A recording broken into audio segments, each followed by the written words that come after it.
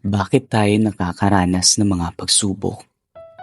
Pagdating sa mga pagsubok sa ating buhay, isang salita ang madalas nating itinatanong, bakit? Dahil ang mga pagsubok ay mahirap, masakit at nakakabahala.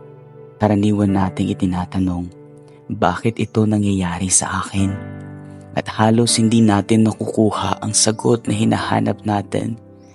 Pinagdududahan natin ang ating pinaniniwalaan dahil sinusubok ang ating mga kagustuhan.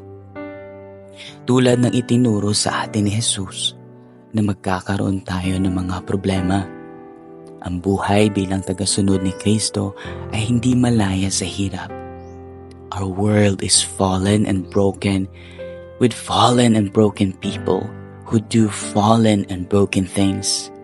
Siyempre, magkakaroon ng mga pagsubok. Ang mga tao ay gagawa ng mga bagay na makakaapekto sa atin.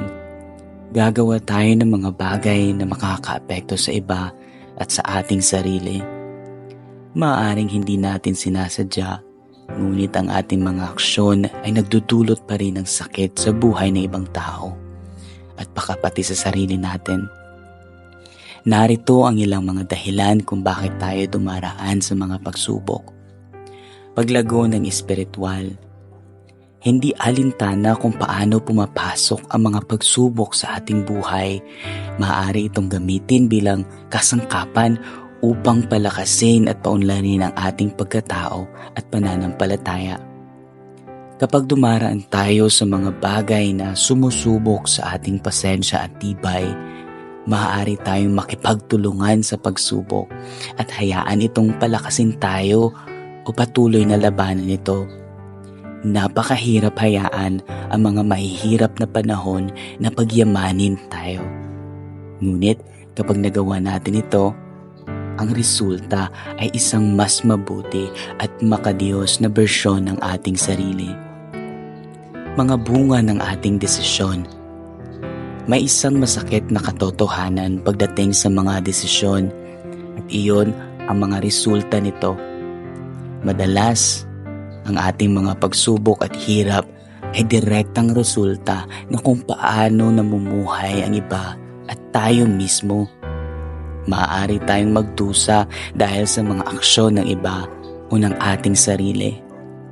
Ang ilang mga aksyon ay makasalanan at kapag ganoon, ang mga resulta ay hindi maganda.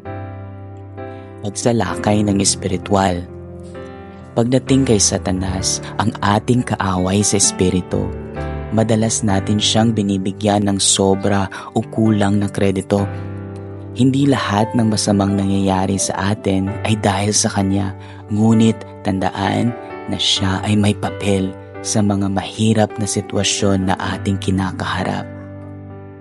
Sa iyong pagmumuni-muni, isipin ang isang pagsubok na iyong hinaharap. Sa tingin mo ba, ito ay isang pagsubok para sa iyong karakter, bunga ng isang desisyon, o isang espiritual na pagsalakay? Manalangin ka, hilingin mo kay Jesus ang lakas at tibay ng loob na maharap ang lahat ng pagsubok sa iyong buhay.